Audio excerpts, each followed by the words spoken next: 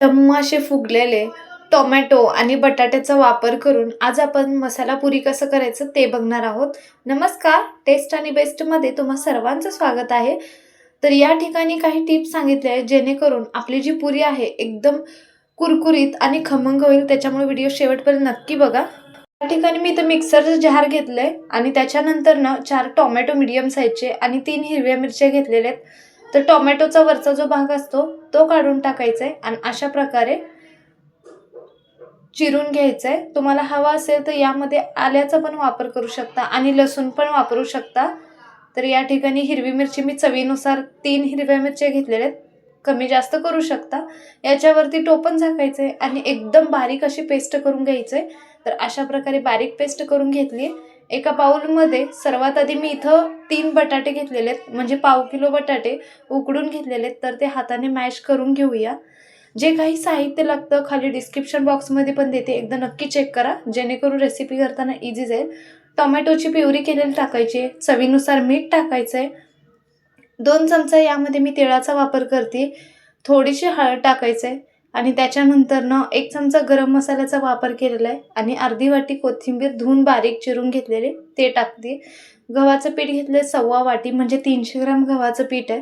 आणि या ठिकाणी पुरी तेलकट होऊ नये आणि थोडीशी कुरकुरीत व्हावी किंवा खुसखुशीत व्हावी याच्यासाठी फक्त 6 चमचे मी इथं तांदळाचं पीठ घेतलं आहे. ऑप्शनल आहे, नाही टाकलं तरीही चालेल. तर सर्वात आधी हे मिक्स करून घेऊया. आवश्यक असेल तरच पाण्याचा वापर करायचा आहे, नसेल तर याच्यामध्येच मळलं तरी चालेल. तर थोडंसं मी इथं पाण्याचा वापर केला आहे, साधारणतः अर्धा कप पाण्याचा वापर झालेला आहे. आणि घट्ट असं पीठ मळायचं आहे. ज्या प्रकारे आपण पुरीसाठी मळतो सेम त्याच प्रकारे मी इथं पीठ मळून घेतलं आहे. तर यामधलं थोडंसं पीठ घेऊया. अशा प्रकारे गोल उंडा करायचा आहे. पोलपाटवरती सर्वात आधी पीठ टाकून घेऊया. त्याच्यानंतर आपलं जे पिठाचा उंडा आहे तो ठेवायचा आहे. वरून थोडं पीठ टाकून ज्या प्रकारे पुरीसाठी लाटतो त्या प्रकारे लाटून घ्यायचं आहे, म्हणजे चपातीपेक्षा थोडंसं जाड असं लाटायचं आहे. व्हिडिओ जर आवडत असतील तर नक्की चॅनलला सबस्क्राईब करा, म्हणजे जेणेकरून मी जेव्हा पण व्हिडिओ अपलोड करेल लगेचच तुम्हाला नोटिफिकेशन मिळून जाईल.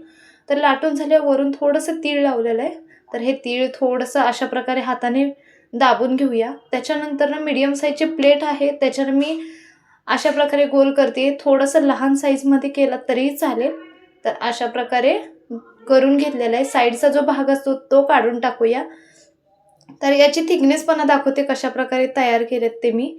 तळण्यासाठी तेल ठेवलं. तेल एकदम कडकडीत गरम करायचं आहे आणि गॅस मीडियमवरती करायचं आहे. तर थोडंसं टाकून बघितलं, तेल चांगलं गरम झालेलं आहे. पुरी सोडूया.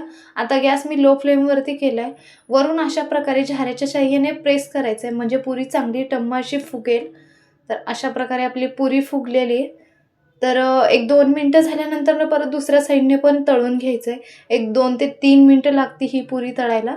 तर हे काढून घेऊया आणि सेम याच प्रकारे मी दुसरी पण पुरी सोडणार आहे.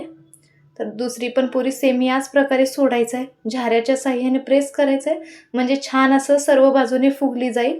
तर या ठिकाणी महत्त्वाची टिप्स म्हणजे जेव्हा बटाटे टाकले ना ते पूर्णपणे मॅश करायचं आहे, नाहीतर आपले जे पुऱ्या आहेत ना ते फुटतात, व्यवस्थित असे फुगले जात नाही आहेत. त्याच्यामुळे बटाटा पूर्णपणे मॅश करूनच वापरायचा आहे. अशा प्रकारे आपले मसालेदार असे पुऱ्या तयार आहेत.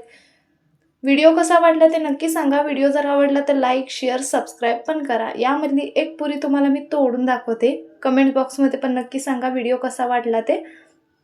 तर अगदी खुसखुशीत असे झालेले आहेत, तेलकट वगैरे काही झालेले नाही आहेत. आतून पण लेयर सुटलेले आहेत. व्हिडिओ पाहिल्याबद्दल धन्यवाद.